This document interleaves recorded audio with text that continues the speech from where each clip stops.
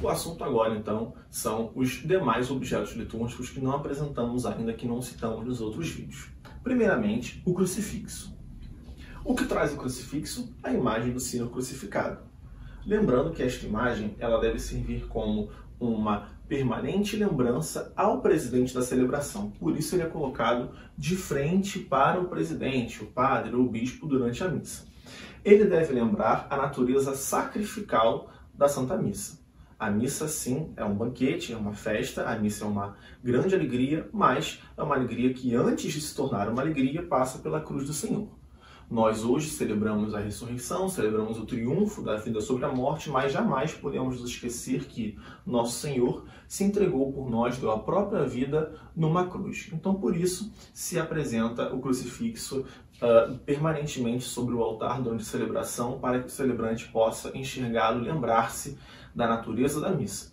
Que a missa é um banquete, sim, é claro, mas o banquete do Cordeiro, o Cordeiro esse que é o nosso Senhor Jesus Cristo imolado na cruz. Temos também castiçais e velas que são colocados sobre o altar, ou ainda durante uma procissão, ou ainda ladeando o corpo de Cristo, para indicar a luz. Esses castiçais podem se apresentar em 2 pares, ou ainda um par, ou ainda 3 pares, e nas missas celebradas pelos bispos, eles vão estar em 7. Eles serão 7 dispostos sobre o altar. Temos aqui a matraca. A matraca é um instrumento de madeira, com algumas peças de metal, que vai ser tocado durante a Quaresma e também durante a Sexta-feira Santa. Esse material ele tem um som muito grave, que demanda ao seu ouvinte uma sensação de sofrimento, que nos faz lembrar de todo o sofrimento que o Senhor Jesus Cristo viveu nos seus últimos dias antes da ressurreição. Quando não estamos na Quaresma, nós utilizamos este objeto aqui, chamado de carrilhão, sineta ou campainha, vulgarmente chamado de sino. Ele serve para chamar a atenção dos fiéis e para manifestar que alguma coisa muito importante está acontecendo. É o caso da epiclese, quando o sacerdote impõe as suas mãos sobre o cálice, transformando, transubstanciando ali o pão e o vinho no corpo e no sangue do Senhor, e também durante algum momento de adoração, algum momento onde o Santíssimo Sacramento vai passar. Então ele serve para chamar a atenção e manifestar que alguma coisa muito importante está acontecendo. Temos também o conjunto do lavabo. Por que conjunto? Temos aqui 3 objetos: manustérgio, bacia e jarro. O presidente da celebração vai purificar as suas mãos antes de dar início à oração eucarística, durante o ofertório.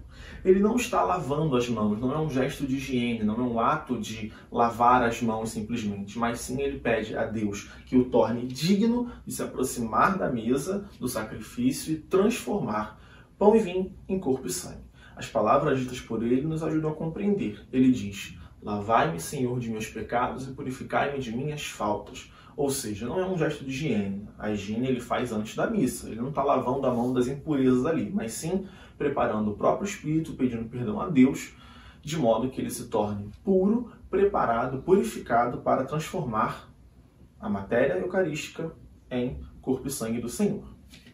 Temos aqui também a naveta, uma pequena nave, né, que lembra a lâmpada do Aladim, como muitos devem ter reparado. Aqui dentro temos incenso. O incenso é uma resina natural, feita com vegetais, que ao ser queimada exala um odor agradável.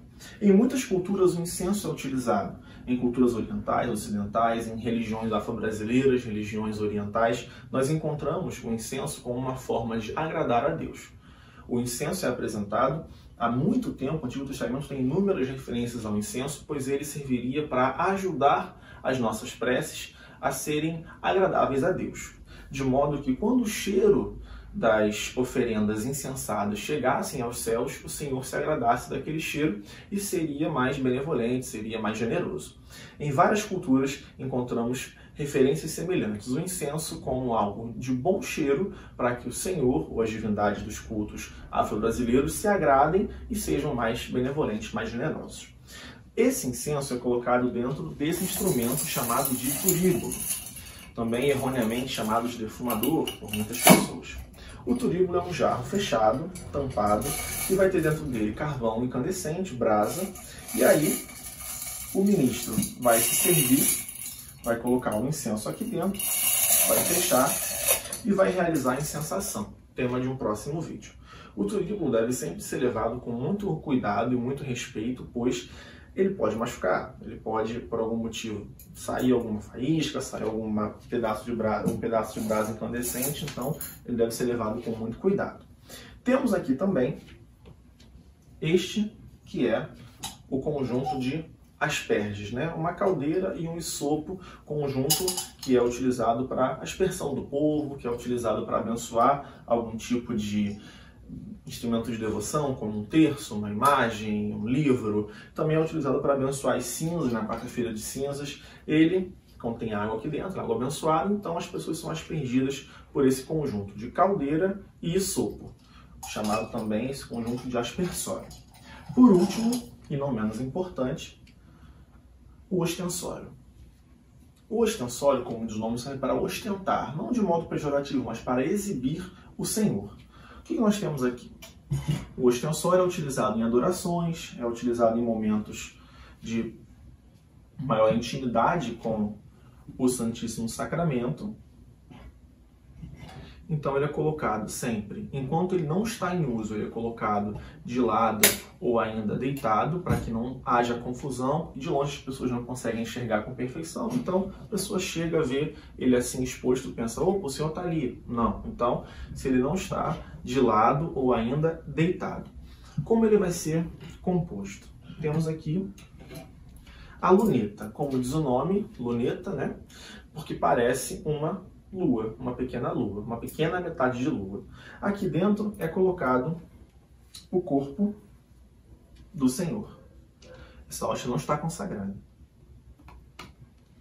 Então aqui coloca-se o Senhor Jesus e depois a luneta vem aqui para dentro do ostensório, onde ele é fechado e colocado para veneração dos fiéis, ou melhor, para adoração dos fiéis.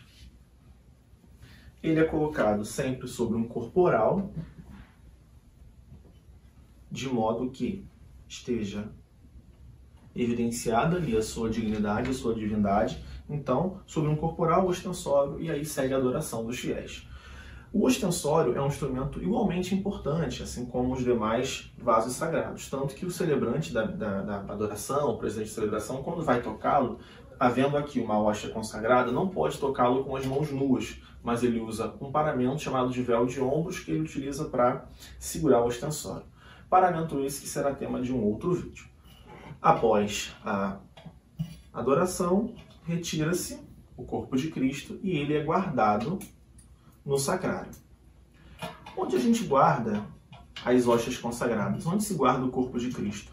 Nas âmbulas, que já falamos em outro vídeo, né? Nas âmbulas que são tampadas e cobertas com o véu, ou ainda em recipientes chamados de teca, como esta aqui, que vai conter hóstias que são dedicadas, que são levadas a pessoas em hospitais, pessoas que estão nas suas casas, são idosos, não podem se locomover, a presídios, a campos de refugiados, a locais onde é impossível que aquelas pessoas recorram a um templo.